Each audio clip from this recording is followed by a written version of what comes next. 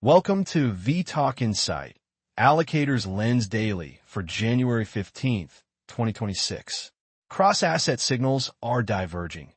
Equity leadership is rotating beneath a relatively calm index. Bond yields look surprisingly steady given hotter inflation prints, and safe haven metals are surging to historic highs even as volatility gauges remain subdued. For allocators, that combination raises important questions about where risk is actually building, how durable the soft landing narrative is, and which hedges markets are quietly favoring. In equities, the headline story is rotation rather than capitulation. The S&P 500 has slipped for a couple of sessions and volatility has edged into the mid-teens. Yet more than half of index constituents are advancing and small caps have outperformed the large cap benchmark for 9 straight trading days, the longest streak since the early 1990s. Leadership is shifting away from last year's megacap and AI darlings toward energy, materials, industrials, consumer staples, and smaller cyclicals, suggesting investors are staying invested but rebalancing how they take equity risk. This rotation is grounded in a macro backdrop that still looks like a soft landing. Retail sales surprise to the upside. Wage growth is running ahead of inflation, and productivity gains are outpacing GDP, all of which support resilient earnings outside the narrow group of megacap tech. At the same time, core inflation has been easing and the 10-year Treasury yield is holding near 4.1%, reinforcing the sense that rates are not yet biting hard enough to derail growth, but are high enough to challenge stretched growth stock valuations. Under the surface, policy and sector-specific risks are driving significant dispersion. Large U.S. banks are printing strong net interest income, rising loan profitability, and lower credit losses, yet their stocks face a tug-of-war between attractive valuations and mounting policy risk around credit card caps, swipe fee regulation, and broader financial sector oversight.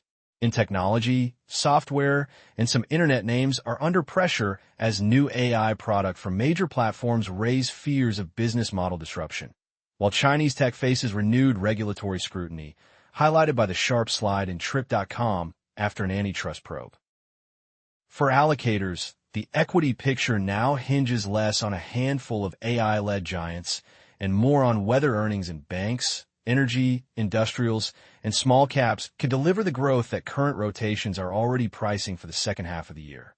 At the same time, elevated political noise around tariffs, Federal Reserve appointments, and potential price controls keeps the tail risk skew to the downside for certain policy-exposed sectors.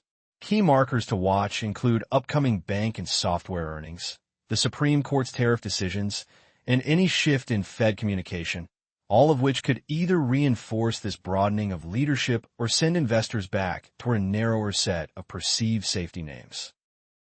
Turning to rates, the striking feature is how calm the Treasury market remains in the face of noisy data and politics. Producer price inflation has come in hotter than expected, with core measures near 3.5%, and retail sales are beating forecasts. Yet the 10-year yield is effectively unchanged around 4.1%. Bond investors appear to be looking through the near-term inflation bump, anchored by recent downside surprises in core consumer inflation and expectations that shelter pressures will fade as weaker rents and home prices feed through. Markets still expect the Federal Reserve to pivot into an easing cycle, but in a measured way. Pricing points to rates moving down toward roughly 3% over the next year or so, with 2 to 3 cuts anticipated, even as Fed officials signal little appetite for a move at the upcoming meeting. Positioning is concentrated in the front end and around 5-year maturities, reflecting a view that terminal rate risks are skewed toward lower, not higher, levels, while long-end yield stays supported by deficits and term premium. The main challenge to this benign rate story is politics, both domestic and international. Intensifying pressure on the Fed from the White House and from Congress raises questions about central bank independence, even if markets so far seem comfortable that policy continuity will prevail. Abroad, potential volatility in Japanese government bonds and diverging fiscal stances across major economies could spill over into global curves, arguing for higher risk premia and episodic steepening. particularly if three-year inflation break-evens push decisively above the recent 2.4% range. For multi-asset portfolios, high-quality bonds offering 6 to 7% yields continue to compete directly with fully valued equities, especially as a defensive anchor against the possibility that policy proves less predictable than the current level of rates volatility implies. In credit, top-tier borrowers remain in a sweet spot of solid fundamentals and historically reasonable yields. Risk premiums are tight, but expectations are for long-end yields to be broadly stable and for modest declines at the front end if the Fed follows through on gradual cuts. That backdrop, coupled with growth running near 2%, supports the case for selective risk below investment grade, while emerging market fixed income stands out as a beneficiary of improving fundamentals and a potentially softer dollar.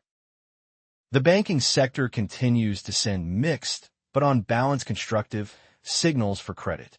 Large U.S. banks have reported better than expected net interest income, rising investment banking and trading revenues in some cases, and declining charge-offs, with management teams generally optimistic about the economic outlook.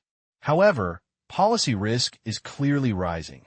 Proposals to cap credit card interest rates and interchange fees, alongside broader debates about credit affordability, could compress profitability for consumer lenders and complicate the sector's recent equity rally, even as their bondholders benefit from strong capital and earnings cushions. The more acute stress lies in commercial real estate and pockets of leveraged corporate balance sheets.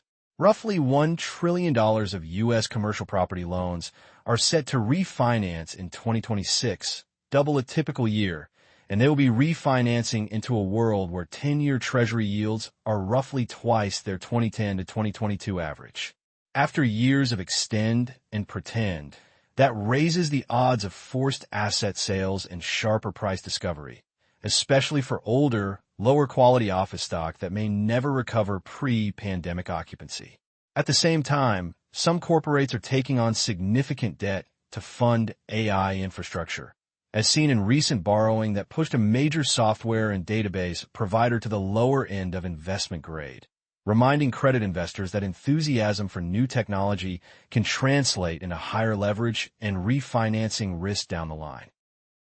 Foreign exchange markets are increasingly trading a story of policy divergence and gradual dollar fatigue, with the Fed expected to ease while several other central banks have already cut or are closer to the end of their cycles. Investors see scope for the dollar to drift lower over time, particularly against select emerging markets.